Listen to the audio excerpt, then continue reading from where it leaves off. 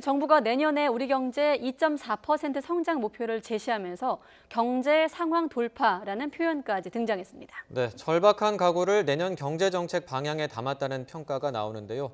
홍남기 경제부총리로부터 직접 들어보겠습니다. 안녕하십니까? 안녕하십니까? 안녕하십니까? 네, 지난해 12월에 이맘때 취임 일주일 만인 거에 한번 나오셨고 네, 또 올해 상반기 한번 하반기 들어서자마자 한번 나오셨는데 어떠세요? 그때 시작했을 때와 비교하셨을 때 지금이 더 마음이 무겁습니까? 어떠신지? 예, 저도 경제팀 맡은 지 한 1년 정도가 됐습니다. 네. 지난 1년간 숨가쁘게 달려왔는데요. 네. 지금 되돌아보건대 성장률을 포함해서 경제 활력을 제고하겠다는 것이 당초 뜻만큼 이루어지지 못한 것이 좀 아쉬움으로 남고요. 그런 네. 측면에서는 무겁지만 또 새로운 마음, 각오를 다지게 되겠습니다. 네, 알겠습니다. 하나씩 궁금한 점들을 직접 여쭤보도록 하겠습니다. 한마디로 좀 올해의 상황을 요약하면 불확실성의 한 해였다 이렇게 좀 요약을 할 수 있을 것 같은데 말씀하신 대로 성장률 당초 2.6에서 2.0으로 하향 조정이 됐습니다. 아무래도 좀 그만큼 힘들었다는 얘기로 좀 해석을 할 수 있을까요? 예, 올해 전체적으로 글로벌 경제가 생각보다 굉장히 어려웠습니다. 예. 글로벌 성장의 동반 둔화라고 할 정도로 대부분의 국가들이 어려움을 겪었고요. 특히 우리의 경우에는 수출과 투자 부진 속에 또 생산 가능 인구가 감소하는 등 구조적인 변화가 또 굉장히 가속화되는, 그래서 이중의 도전이 중첩된 한 해였다고 생각이 됩니다. 말씀드린 것처럼 여러 가지 어려움 때문에 수출이 역성장하고 또 민간의 투자가 생각만큼 활성화되지 않아서 특히 어려웠던 한 해가 아닌가 싶고요. 이에 대해서는 저희 경제팀에게 또 우리 한국 경제에게 주어진 과제가 아닌가 싶고 여기에 대한 대책을 이번 경방에 담고자 노력을 했습니다. 예. 그러면 내년 경제 성장률은 2.4%로 이제 전망을 하셨는데 그게 이제 내년에 세계 경기라든지 이런 게 좀 좋아질 거라고 긍정적으로 전망을 하신다는 거죠? 예, 그렇습니다. 전체적으로 국제 금융기구를 중심으로 해서 전망을 보면 내년에 글로벌 경제가 회복되는 것으로 전망을 하고 있습니다. 대부분 국제 IB 투자은행들도 그렇게 전망을 하고 있어서 그런 측면에서는 한국 경제에 굉장히 큰 도움이 되겠습니다. 아울러서 우리 수출의 한 5분의 1 정도를 차지하는 반도체가 금년도에 특별히 어려웠었는데요. 내년도에는 반도체가 업황이 업턴될 것이라는 것이 전망이 대부분 의견이 모아지고 있습니다. 이와 같은 점은 우리 한국 경제에 굉장히 긍정적인 요인이 될 것 같고요. 네. 아울러서 저희 우리 정부가 내년도 예산을 굉장히 확장적으로 편성한 점이라든가 또는 경제 심리가 최근에 들어와서 개선되고 있는 것 등등은 내년에 우리 경제가 좀 개선될 수 있는 여러 가지 사인과 모멘텀을 제공한다고 생각합니다. 네. 이런 측면에서 저희가 뭐 낙관할 수는 없지만 내년 한국 경제가 반드시 반등토록 하겠다는 그런 각오의 정책을 담았다는 말씀을 드립니다. 네. 예. 오늘 그 발표 내용 보니까 일단 말씀하신 대로 2.4라는 어떤 숫자가 눈에 띄고 그 다음에 눈에 띄는 부분이 투자 활성화 총력이 아닐까 이런 생각이 드는데 민간, 민자, 공공부문 다 합쳐서 100조 원 규모거든요. 상당한 규모로 보이는데 어떻습니까? 어느 정도 활력이 될 것으로 기대하고 계십니까? 예, 민간 우리 경제의 반등 모멘텀을 만들기 위해서는 역시 민간 투자의 활성화가 가장 관건입니다. 이번에 정부가 민간 대규모 투자 한 25조, 민자 투자 15조, 그리고 예. 공공 투자를 금년도 55조에서 5조를 늘린 60조를 포함해서 100조 정도의 투자처를 적극적으로 발굴하겠다고 발표를 했습니다. 이와 별도로 정부 재정 투자 30조 원은 별도로 뒷받침할 예정입니다. 네. 이 100조라는 것이 거의 내년에 다 발굴이 돼서 착공까지 이어지는 개념은 아니겠습니다. 예. 상당 부분은 착공과 공여 투자가 이루어지지만 일부는 사업이 발굴되기 때문에 그러한 측면에서는 뭐 제약 요인도 있겠습니다. 다만 저희가 GDP에서 이 설비 투자와 건설 투자가 우리 GDP의 약 4분의 1을 차지하다 보니까 지금 저희가 보고드렸던 그 100조 원의 투자가 실제로 집행이 되고 또 상당 부분 적절하게 발굴이 된다면 저는 우리 경제의 회복 모멘텀을 만드는데 크게 기여할 걸로 그렇게 생각을 합니다. 예. 지금 말씀하신 거랑 좀 맥락이 다 있는 것 같은데 그 민간 기업들의 15조 원 기업 투자를 발굴하겠다는 이 부분에 대해서 이제 구체적인 계획이 없다, 좀 부족한 게 아니야 이런 지적이 있는데 이게 발굴로도 의미가 있다 이런 좀 말씀으로 예, 될까요? 아까 제가 100조에는 민간 투자 25조 원이 포함이 되어 있습니다. 25조 원에서 10조 원은 이미 투자 프로젝트가 확정이 돼 있고 네. 진행되는 프로젝트도 있습니다. 그 나머지 15조에 대해서는 현재 특정 기업들이 검토 중에 있는데요. 제가 어느 기업이 어떤 걸 검토하는 거에 대해서 말씀드린 거는 좀 적절하지가 않아서 예. 말씀드리지는 못할 것 같습니다. 네. 다만 정부가 금년 내내 한 관계부처 합동으로 약 25개 지역에 80여 개 기업을 전부 면담을 했습니다. 예. 그래서 투자 계획에 대해서 같이 상담도 해주고 애로 해소도 해주면서 내년도에 한 15조 정도의 그런 투자 프로젝트는 추가적으로 발굴이 가능하겠다 해서 그렇게 말씀을 드립니다. 예. 네, 투자 부분에 대한 대목은 그렇게 좀 이해를 하도록 하겠고 내수 시장의 활력을 좀 높이기 위한 방안도 있었습니다. 일단 가장 눈에 띄는 것은 자동차 관련 개별 소비세 인하가 있고 또 입국장, 면세점, 담배 판매 허용 이런 것들이 있는데 뭐 한눈에 들어오는 내용도 있고 좀 비현실적이지 않나 이런 생각도 드는 부분도 있는데 어떤 정도로 효과를 기대하고 계시나요? 예, 경기의 활력을 되찾기 위해서는 수출과 내수가 굉장히 중요합니다. 올해 수출이 굉장히 마이너스 성장하는 등 어려웠기 때문에 정부가 내수 진작을 위해서 많이 노력을 했는데요. 내년에는 수출 같은 경우는 플러스로 전환이 돼서 약 연간 3% 이상 정도의 수출 증가가 있을 걸로 예상이 됩니다. 예. 그럼에도 불구하고 우리 경제 활력을 제대로 뒷받침하기 위해서는 내수 진작이 절대적으로 필요해서 이번에 내수 활성화 대책도 같이 담았다는 말씀을 드리고요. 몇 가지 말씀을 드리면은 내수 중에서도 특히 소비와 관광에 역점을 두었습니다. 네. 소비 진작을 위해서 아까 사회자께서 말씀 주신 것처럼 10년 이상 노후된 차를 교체할 때는 개소세를 70% 이상 인하시켜 주기로 했고요. 예. 아울러서 코리아 세일 페스타라고 코세페라고 하는 그런 세일 행사가 있는데요. 내년에는 그 코세페 기간 중에 하루에 구입하는 품목에 대해서는 부가가치세 10%를 환급해 주는 것을 저희가 적극적으로 검토할 예정입니다. 예. 이렇게 될 경우에는 민간 소비를 진작하는 데 큰 도움이 되지 않을까 싶고요. 아울러서 아까 말씀드렸던 대로 관광 분야에서 이와 같은 소비가 진작될 수 있도록 예. 입국 면세점에 대해서는 담배 판매를 좀 허용할까 하는데요. 실제로 많은 고객들이 입국 면세점장을 이용하면서 담배를 많이 찾는 경우가 많이 있었습니다. 그런 의미에서 부분적으로 담배 판매를 허용한다든가 또는 혹시 입국 면세점에 대한 수요가 크다면 지방공항에도 이와 같은 입국 면세점을 설치하는 것도 같이 고려하고자 합니다. 예. 한 가지 더 말씀을 드린다면 국내 여행을 좀 활성화하기 위해서 정부가 국내 여행에 대한 숙박비를 지금의 도서 공연비처럼 마찬가지로 소득공제를 해줄 예정인데요. 이렇게 함으로써 우리 국민들이 좀 여러 가지 국내 여행을 하면서 이런 소득공제 혜택도 네. 받도록 그렇게 하고자 합니다. 예. 그 내년에 우리나라를 찾는 관광객 2천만 명 시대를 열겠다 이렇게 숫자를 좀 제시를 하셨거든요. 이게 앞서 말씀하셨던 뭐 입국장 면세점 담배도 있겠습니다만 또 다른 뭐 방안 같은 게 혹시 있습니까? 예. 사실 저희가 관광객, 한국을 찾는 관광객이 1,000만 명을 돌파한 게 지금부터 8년 전이었습니다. 예. 약 2012년이었는데요. 네. 지난 17년도에 여러 가지 중국과의 어떤 여러 가지 현안이 있어서 방한 관광객이 1,300만 명대밖에 있었지 않았습니다.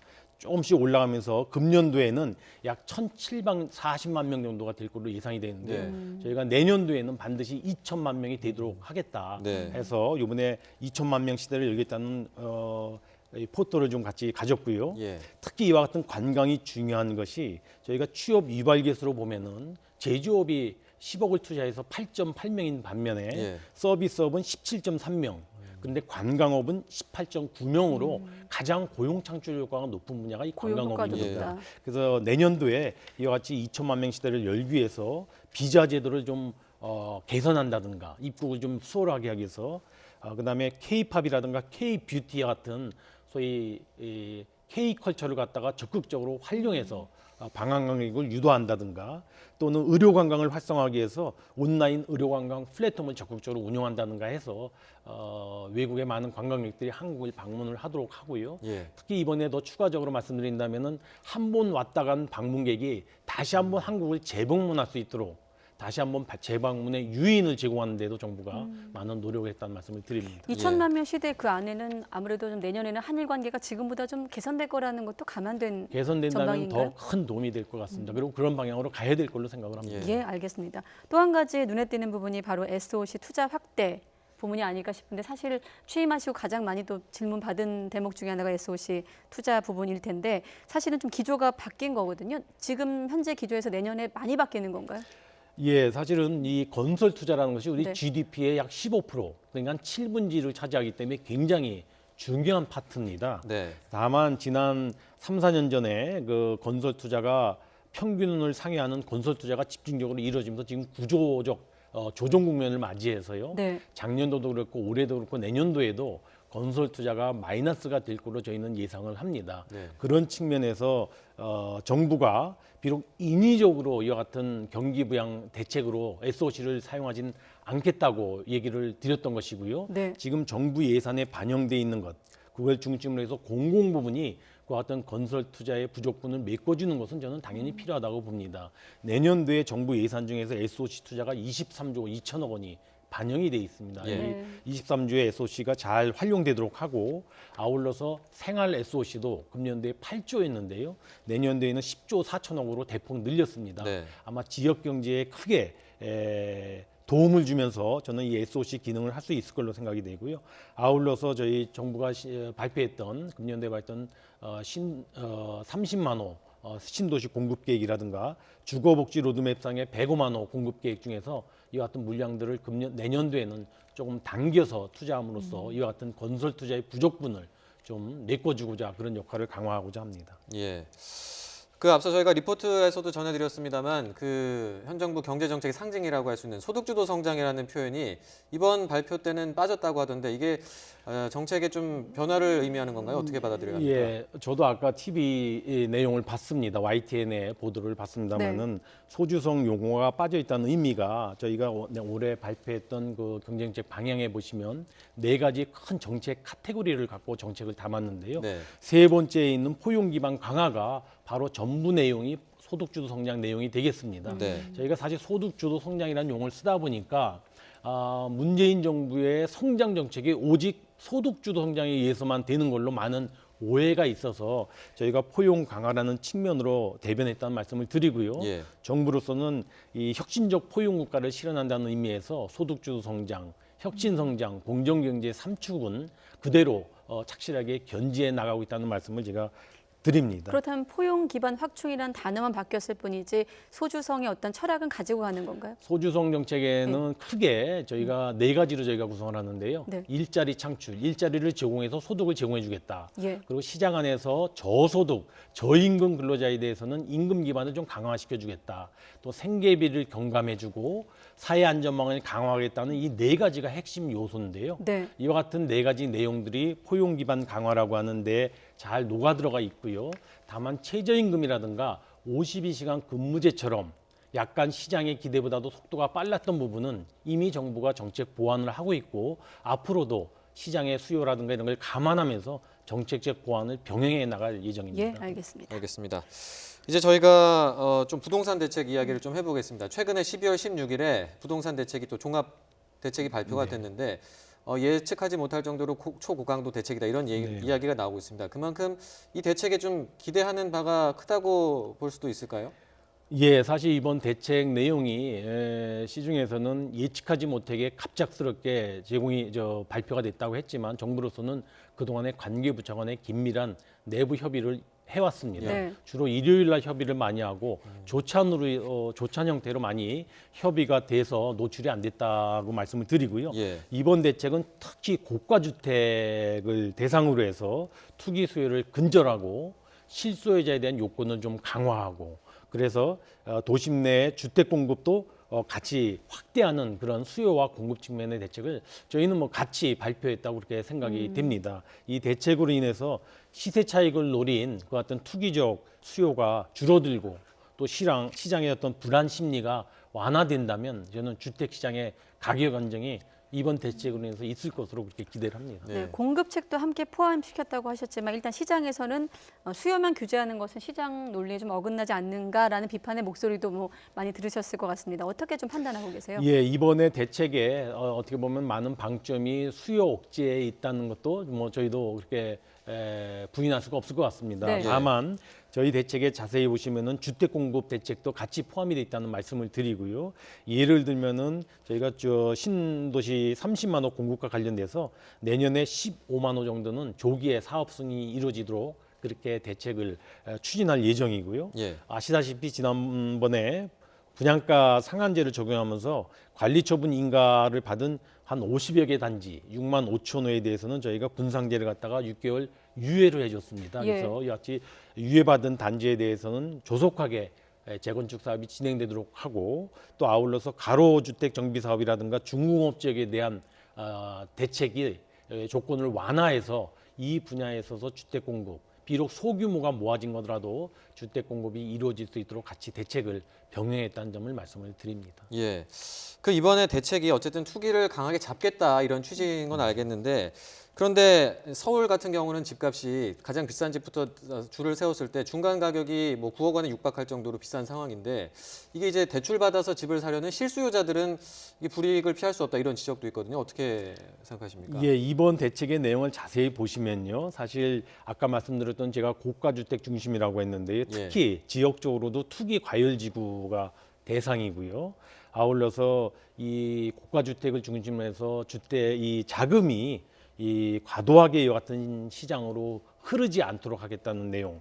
그렇게 함으로써 추가적으로 주택 가격의 어떤 상승을 좀 억제하겠다는 측면에서 대책을 수립하게 됐습니다. 예. 사실 지금 말씀하신 대로 저희가 투기 과열 지역 내에 저희가 시가 9억 원을 초과하는 아파트를 보니까 상위 30% 정도에 해당이 되고요. 네. 시가 15억 원은 시가 15억 원을 초과하는 아파트는 상위 한 10% 정도가 되기 때문에 네. 이 이외에 적용받지 않는 대다수의 아파트들은 이번 규제 대상에서 벗어나 있다는 말씀을 제가 드립니다. 네. 지금 언급한 이렇게 실수요자들, 선의의 소유자들은 뭐 집이 없는 분들은 1주택자나 2주택자나 3주택자나 뭐 보유세 올리는 거에 특별히 반대 입장은 없으시겠습니다만은 또 1주택자들 같은 경우도 뭐 이른바 똘똘한 1주택자도 있을 것이고 또 우연히 또 2주택을 잠시 갖고 있는 분들도 계실 거거든요. 그렇다 보니까 아예 그냥 3주택 이상자에게 뭐 종부세를 포함해서 보유세를 대폭 올리자 이런 뭐 보관들도 있어요. 이런 아이디어에 대해서는 어떻게 평가하십니까? 예, 실질적으로 사실 종부세라든가 양도소득세가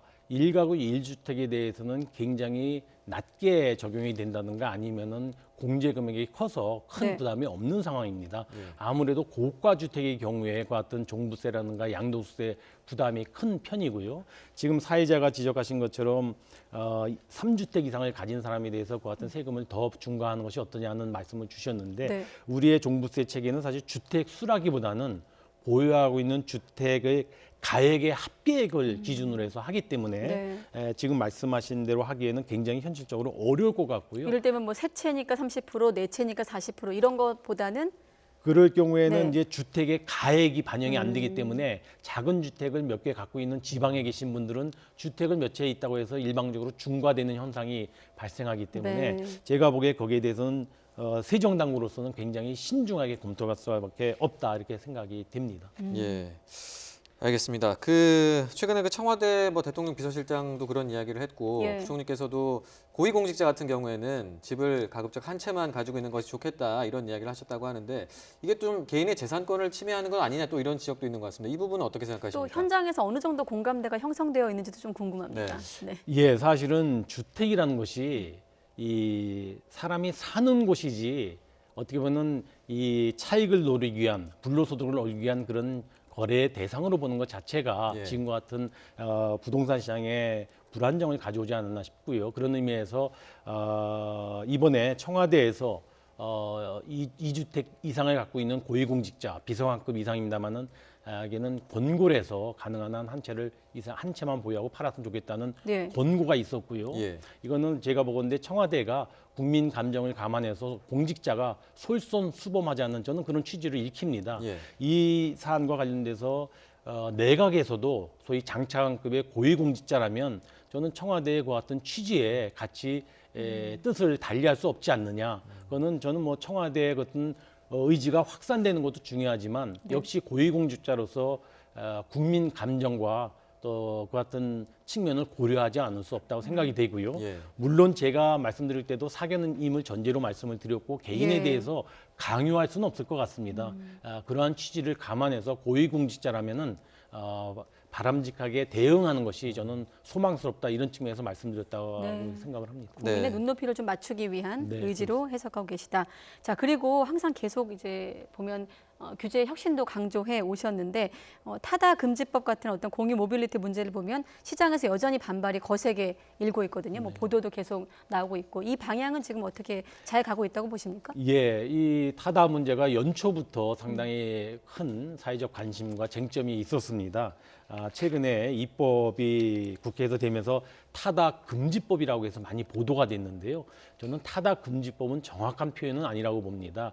타다가 이제까지 규정이 모호해서 제도권 바깥에서 타다에 대한 사업을 진행하다가 네. 이번에는 제도권 내로 그 타다 사업을 흡수하는 과정에서 지금 이 문제가 불거졌다고 저는 생각을 합니다. 그래서 이번에 여객자동차 운수법이 개정되면서 그렇게 돼 있는데요.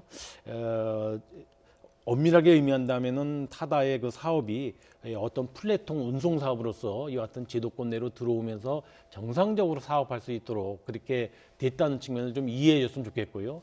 저는 앞으로도 이와 같은 유사한 사안들이 많이 발생할 수 있을 것 같습니다. 이와 같이 신산업, 신모빌리티 산업이 도입될 때는 저는 새로운 사업을 하고자 하는 측면과 또 기존의 이와 같은 신사업이 들어오면서 피해를 보게 되는 이해관계 계층 간의 네. 상생 협력이 저는 반드시 필요하다고 봅니다. 해외의 사례는 이와 같은 상생 협력을 통해서 서로 윈윈하는 모델이 잘 작동되고 있는데요. 예. 정부가 내년에 한 걸음 모델이라고 해서 이와 같이 상생 모델을 한번 만들어서 신사업에 대해서 제도권 안에 있던 제도권 밖에 있던 어떤 신사업이 좀 자유롭게 이루어질 수 있도록 하는 그런 한 걸음 모델을 잘 구축해서 적용해 나오자 합니다. 예, 알겠습니다.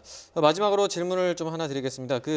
어쨌든 내년까지 뭐 경제 정책 이런 걸 좀 잘 이끌어 나가셔야 하는 컨트롤 타워셔서 제가 또 괜한 질문은 아닌지 모르겠습니다만 혹시 뭐 총선에서 요청이 있다면 여권이라든지 요청이 있다면 혹시 뭐 총선에 출마하실 의향이 있으신지요? 지금 제가 오늘 경방을 설명드리러 이 자리에 왔습니다만은 지금 네. 경제가 굉장히 엄중하고요. 또 내년에 상반기에 경기의 반등 모멘텀을 만들어야 되기 때문에 저는 예. 경제가 중요하다고 생각합니다. 그런 측면에서 제가 좌고우면할 여지가 없기 때문에 앞으로 경제만 보고 좌우면 없이 갈 생각이고요.